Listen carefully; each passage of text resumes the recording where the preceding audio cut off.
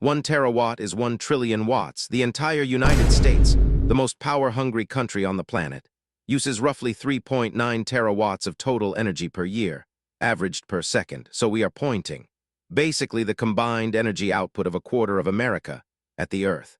We checked the surface temperature panel. Average surface temperature, 6.97 degrees Celsius. Min temperature, negative 64.3. Max temperature, 17.9 degrees. These are baseline Earth numbers, real ones. The average is low because Antarctica exists and we cannot blame Florida for that one. We point the laser at Earth. Nothing. We literally just aimed 1 trillion watts at an entire planet, and the planet did not care, did not even notice. This is Earth collectively saying. Fine, 10 terawatts. We open the side panels, surface temperature, liquid depth, ice thickness. We are being scientific here. We fire the laser again. The temperatures stood the same. The ice is fine. The oceans are fine. Earth is fine. Earth does not care about us. 1 Peta Watt, that is 1,000 terawatts, 1 quadrillion watts, the most powerful laser ever built by humans. The National Ignition Facility in California achieved 5.3 petawatts for about 400 trillionths of a second, and it took the entire U.S. power grid just to charge up. We set ours to 1 petawatt, permanently. 9. 10 petawatts. Wait, the maximum temperature actually dropped from 16.2 to 16.1 degrees Celsius. The laser cooled the Earth. The laser is so bad at its job. It is accidentally helping. 100 petawatts, nothing. 1 watt, 1 billion watts. This is more energy than the sun delivers to Earth in an entire month, concentrated into one beam, pointed at one planet. Nothing. 10 watts. Temperature is sitting at 15.5 Celsius. Nothing. 100 watts. Nothing changed. I am starting to feel personally attacked by this planet.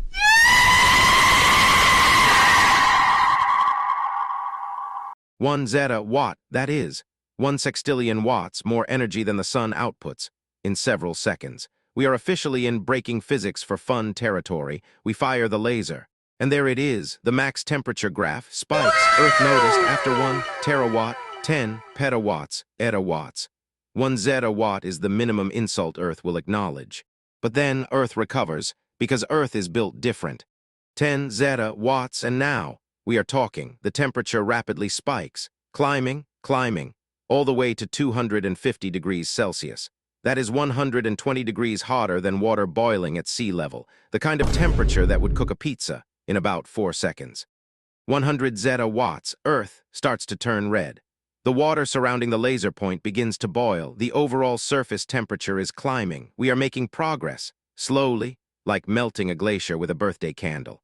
But we scaled the candle to the size of the sun. 1 Yotta Watt, a single click, and the temperature jumps over 500 degrees Celsius. In less than a second. That is hot enough to melt lead. That is hot enough to turn aluminum into liquid. That is hotter than the surface of Venus, the second planet from the sun, which, by the way, has an average surface temperature of 465 degrees Celsius and 0 oceans. We hold the laser down. Max temperature races to 15,000 degrees Celsius. The surface of the sun is about 5,500 degrees Celsius. We just made a point on Earth, hotter than the sun's surface. Water, miles away, starts boiling. We click near Florida, and Florida floods. Water from the surrounding ocean rushes in, some of it boiling. The surface temperature graph shows a tiny but intense hot dot moving across the screen. Look at that. Florida, underwater. Scientists have been predicting this for decades, and it took a Yotta Watt laser and a simulation to finally make it happen. We speed up the simulation, and Earth begins to cool down. Temperatures return to normal, but some of the continents are still partially underwater. Earth recovered. Florida is negotiating. 10 Yotta Watts, a long press near the United States coastline, and a massive area of ocean simply evaporates. Gone. Water vapor into the atmosphere. The land underneath becomes visible. We try setting the average temperature to 100 degrees Celsius to see if all the water on Earth boils off. Nope. Earth still has oceans. Earth is stubborn like that. We let Earth cool down first. Speed up time, life likelihood. Still recovering. This planet will not die. We set to 100 Yotta Watts, and then realize we forgot to actually click the laser, so we just move on. 1,000 Yotta Watts. A single click, and the max temperature jumps by tens of thousands of degrees. Life likelihood drops to 40%. 40% chance anything survives on Earth right now. We speed up the simulation, and life likelihood climbs back. Earth is recovering again. I am starting to respect this planet. 10,000 Yotta Watts. The max temperature reaches 21 million degrees Celsius. For reference, the core of the sun burns at 15 million degrees Celsius. We just created a point on Earth's surface that is hotter than the sun's core. The average surface temperature hits 3,000 degrees Celsius. Life likelihood drops to 13%. 13%, somewhere in that remaining 13%, is a very confused cockroach wondering what is happening. 100,000 Yotta Watts. We let Earth cool. Life likelihood recovers, of course it does. We decide to target the South Pole, Antarctica. The ice sheet covering Antarctica holds 90% of the world's fresh water. We are going to melt it. Instantly. We fire and Earth evaporates in less than a millisecond. The entire planet gone, not destroyed, not broken apart, evaporated, just vapor. 4.5 billion years of geological history, erased faster than a Snapchat. We turn on orbital trails, pan the camera around, looking for Earth, nothing. Turn on labels, hover the mouse around, still nothing. We accidentally evaporated Mercury too. We did not even aim at Mercury.